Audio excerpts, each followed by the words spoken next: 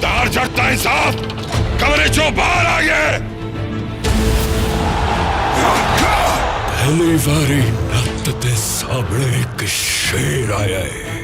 The legend of Maula Jatt Pakistani फिल्मी सनद की निशात सानिया। पाकिस्तानी फिल्मी सनद के 75 साल सफर में अब तक बनने वाली सबसे महंगी फिल्म का नाम the legend of Maula Jatt है, जो 13 अक्टूबर 2022 को पाकिस्तान समेत दुनिया भर में रिलीज हुई। ये फिल्म 1979 में रिलीज होने वाली सुपरहिट फिल्म मौला जट का सीक्वल या रीमेक तो नहीं, बल्कि इस फिल्म के किरदारों पर मबनी एक नई कहानी को तख्लीक किया गया, जिसको फिल्म की जुबान में रिपोर्ट कहा जाता है। उम्मीद की जा रही है कि ये फिल्म बैनुल अक़वामी सिनेमा में पाकिस्तान के लिए नई शनाख्त हासिल करेगी। एक मोहतात अंदाजे और गैर मुसद्दिका ज़राए के मुताबिक 70 करोड़ रुपए के बजट से बनाई गई इस फिल्म के बारे में मुख्तसर तौर पर ये कहा जा सकता है कि पाकिस्तानी फिल्मी सनत में बनने वाली ये फिल्म महज एक फिल्म ही नहीं बल्कि एक दौर है जिसमें हमारी फिल्मी सनत दाखिल हो रही है। ये एक ऐसा दौर है जिसमें फिल्म बनाने के तमाम जदीद तकाजे पूरे करते हुए इस फिल्म साज ने पाकिस्तान को बैनुल अक़वामी सिनेमा के मद्दे मुकाबिल ला खड़ा किया।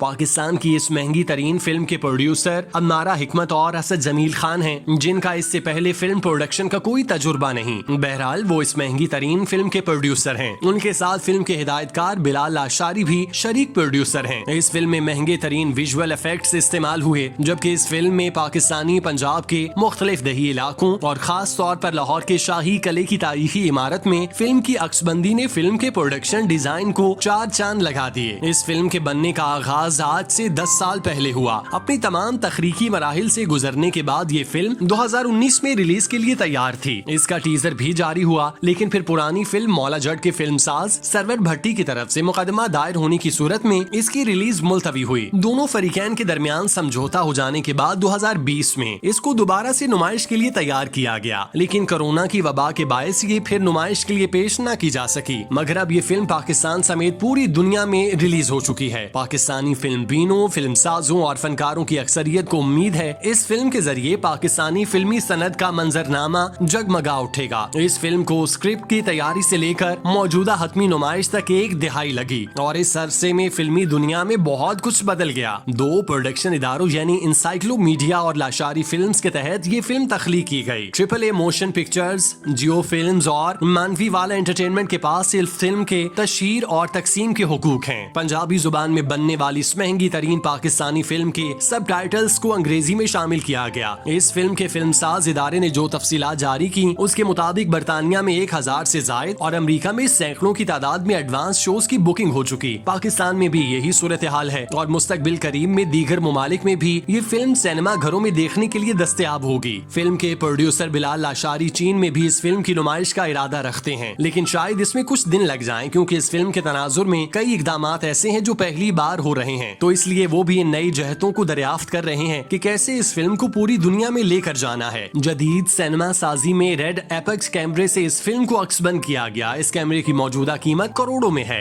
इस कैमरे को हॉलीवुड के फिल्मसाज अपनी फिल्मों में बाकायदा से इस्तेमाल करते हैं, मगर किसी पाकिस्तानी फिल्म में इसका इस्तेमाल शायद पहली बार होगा। हिदायतकार का कहना है कि ये फिल्म 100 करोड़ कमाने का हदफ हासिल करेगी। इस फिल्म के कहानी नवीस नासिर अदीब हैं, जिन्होंने 1979 की सुपरहिट फिल्म मौला जट लिखी। इसके हिदायतकार यूनुस मलिक थे। अब 2022 में the legend of Maula Jatt के हिदायतकार बिलाल लाशारी हैं। कहानी नवीस इससे पहले इसी कहानी की मुमासलत में 1972 को रिलीज होने वाली एक और सुपरहिट फिल्म बशीरा लिख चुके, जिसके हिदायतकार असलम डार थे। इस फिल्म की मकबूलियत को देखते हुए मौला जट लिखी गई थी, जिसकी मजीद शोहरत को देखते हुए और कई फिल्में इसी तनाजुर में बनी। इसमें सरे फहरिस्त जट इन लंदन थी, जिसको शोहरत हासिल न हो सकी जो मौला जट को नसीब हुई थी। इस फिल्म के हिदायतकार भी यूनुस मलिक ही थे। इस फिल्म के कहानी नवीस पर एक इल्जाम ये भी है कि इस कहानी के मरकजी ख्याल को उन्होंने उर्दू के मारूफ तरक्की पसंद अदीब और शायर अहमद नदीम कासमी के अफसाने गंडासा से मुस्तार लिया है, और इस अफसाने के मरकजी किरदार मौला बख्श को भी नासिर अदीब के मुताबिक इस किरदार और औजार के नामों के अलावा उन्होंने कुछ नहीं अखज़ किया, बल्कि उन्होंने ओरिजिनल कहानी लिखी। इस कहानी के बारे में ये भी कहा जाता है कि पुरानी मौला जट की कहानी उस वक्त के मार्शल लॉ के खिलाफ एक मुजाहमती इश्तिहार प्यारा थी, जिसकी वजह से उसको बहुत मकबूलियत मिली। इस हवाले से नासिर अदीब ने हमें बताया कि ये बात दुरुस्त है। उस पुरानी फिल्म के किरदार नूरी नद को मैंने बाकायदा सोचकर उस वक्त के मार्शल लॉ एडमिनिस्ट्रेटर के तौर पर लिखा, जबकि सुल्तान राही का किरदार वो आवाम थे जो कभी हाकिम वक्त के सामने बोल नहीं सके थे। इस घुटन के माहौल में उस वक्त जब सुल्तान राही बोला और एक नाकाबिल यकीन अंदाज में फिल्म में हीरो ने विलन को शिकस्त दी, तो फिल्म बीनों को तमानियत और सुकून मिला और उनके अंदर एक उम्मीद पैदा हुई कि हम भी अगर इस तरह बोलना सीखेंगे तो शायद इस निजाम को बदल सकें। मैं ये समझता हूँ इस मुल्क की बदकिस्मती है कि जिस निजाम के खिलाफ मैंने लिखा था वो निजाम आज भी मौजूद है। मुझसे अक्सर लोग ये पूछते हैं मौला जट में ऐसी क्या खूबी थी कि वो आज भी जिंदा है, तो मैं उनको जवाब देता हूँ जब तक ऐसा निजाम मुल्क में मौजूद है तो मौला जट जिंदा रहेगी। बज़ाहिर the legend of Maula Jatt की कहानी दो खानदानों की दुश्मनी पर मबनी है, जिसमें मौला जट इंसाफ पसंद और नूरी नद बदमाशी का आकाश है। इन किरदारों का अक्स मुआशरे में आज भी देखा जा सकता है। The legend of Maula Jatt की कहानी में मरकजी किरदार तो पुरानी मौला जट फिल्म से लिए गए, लेकिन कहानी और कहानी का जमानो मकान बिल्कुल मुख्तलिफ है। यही वजह है कि इस कहानी की इब्तदा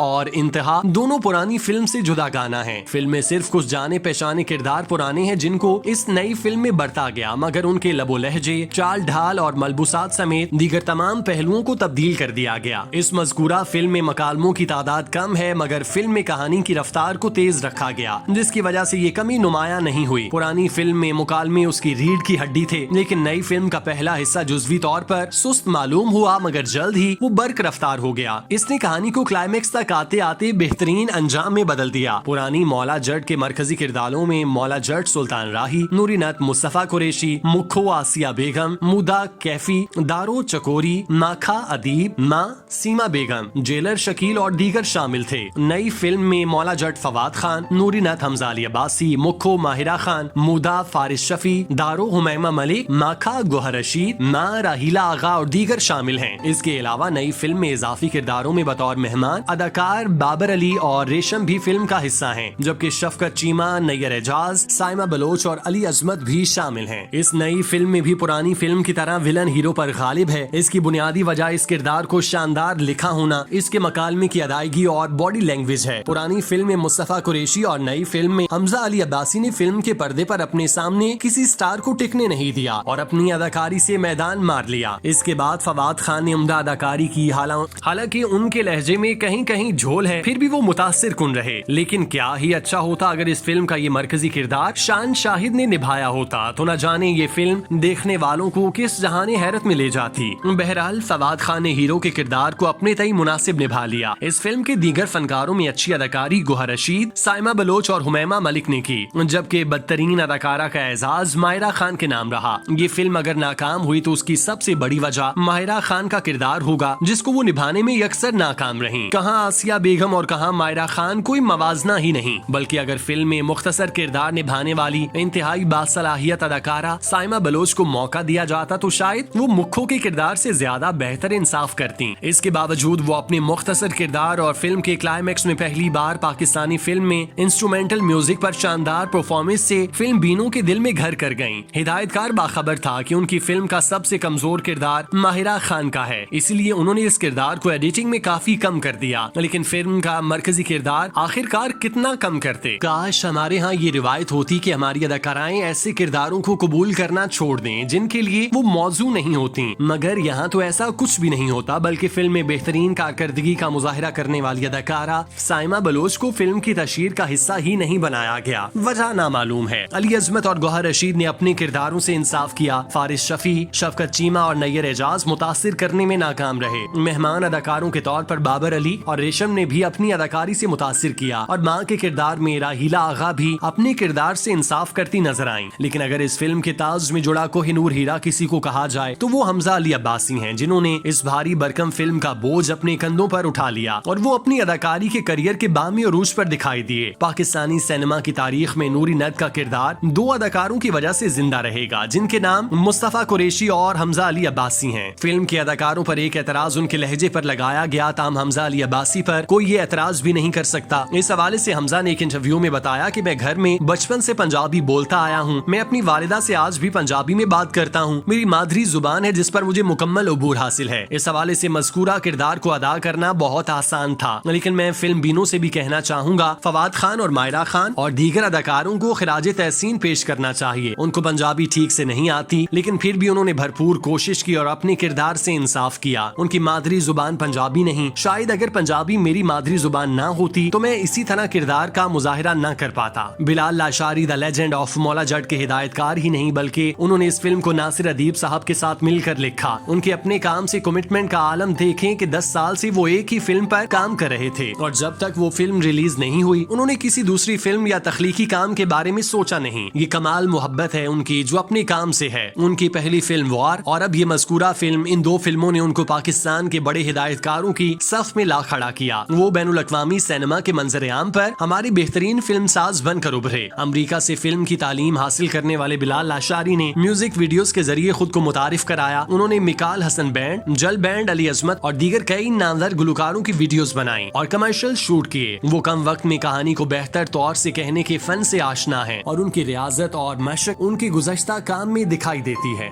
उनकी इस मौजूदा फिल्म के बारे में कहा जाए कि उनका ये काम ऐसा है जिस पर बात ना की जाए बल्कि फिल्म को देखा जाए, तभी आप ये महसूस कर सकेंगे पाकिस्तान का ये ताज़ा तरीन मास्टरपीस तख्लीक करने वाले ने कैसे सुनहरी फ्रेम तैयार किए जिसने हमारी सरजमीन, कहानियां और किरदार चमका दिए। बिलाल लाशारी अपने काम से इस कदर मुखलिस थे कि उन्होंने फिल्म की रिलीज होने तक कोई दूसरा प्रोजेक्ट नहीं किया। मजीद फिल्में बनाने के हवाले से उनका कहना था, ख्यालात तो बहुत सारे हैं जिनकी तरफ जहन मुतवज्जे होता है, लेकिन the legend of Maula Jatt का मेरे जहन और कांधों पर एक बोझ था। इस पर मजीद सितम ये कि इस फिल्म की नुमाइश में मुसलसल ताखीर हो रही थी। मैं यही सोचता था कि जब तक ये फिल्म रिलीज नहीं होगी तब तक मेरे लिए मुश्किल होगा कि मैं एक और फिल्म के बारे में सोचूं या कोई वादा कर सकूं। इसलिए अब ये फिल्म रिलीज हो जाए तो फिर मजीद किसी फिल्म को बनाने के बारे में सोचूंगा। आलमी सिनेमा में सीता जीत रे और Sanjay Leela Bhansali, Asghar Farhadi Iran, Steven Spielberg America, James Cameron Canada, Ridley Scott बरतानिया, अकीरा कुरोसावा जापान और पाकिस्तान में एजे कारदार और जमील देहलवी के बाद बिलाशुबा कह सकता हूँ कि बिलाल लाशारी सफ में शामिल हुए चाहते हैं। आपको यकीन नहीं आता तो सिनेमा जाएं और the legend of Maula Jatt देखें और आजमाइशी शर्त है। इस फिल्म का प्रोडक्शन डिजाइन शानदार है। इसमें आर्ट डिजाइन, सेट और लोकेशंस, मलबूसात और विजुअल इफेक्ट्स समेत तमाम जदीद तकाज़ों को बखूबी निभाया गया। इन अदाकारों ने अपने किरदारों के लिए कई महीने घुड़सवारी की तरबियत ली और एक्शन के मनाजिर अक्सबंद करवाने के लिए रियाजत की। फिल्म के मौसीकार सरमद गफूर हैं जिन्होंने पसे मंजर की मौसीकी के साथ साथ फिल्म के क्लाइमैक्स को बयान करने वाले मरकजी इंस्ट्रूमेंटल म्यूजिक को तख्लीक किया और कमाल तख्लीक किया जिस पर साइमा बलोच के रक्स ने जमालियात की बुलंदी को छू लिया। मेकअप आर्टिस्ट भी किसी से पीछे नहीं रहे। उन्होंने किरदारों को मुनफरिद तौर पर ऐसे ढाला कि वो स्क्रीन की जीनत बन गए। 10 साल में खती रकम से बनने वाली आलमी सतह की ये Punjabi feature film the legend of Maula Jatt सिर्फ एक फिल्म नहीं बल्कि पाकिस्तानी फिल्मी सनत की निशाते सानिया है। ये एक अहद है जिसकी शुरुआत हो चुकी। बैनुल अक़वामी सिनेमा की दुनिया में बिलाल लाशारी जैसे फिल्मसाज धूम मचाने के लिए तैयार हैं और पाकिस्तान के नाम निहाद फिल्मसाजों के लिए ये फिल्म सबक है कि कैसे एक मयारी फिल्म बनाई जाती है। मैं तेरे गिट्टे तो लेके गाटे तक एने टूटे करांगा कि कबर तक पहुंचते तेनू अपनी मां दी इक्को आवाज आएगी।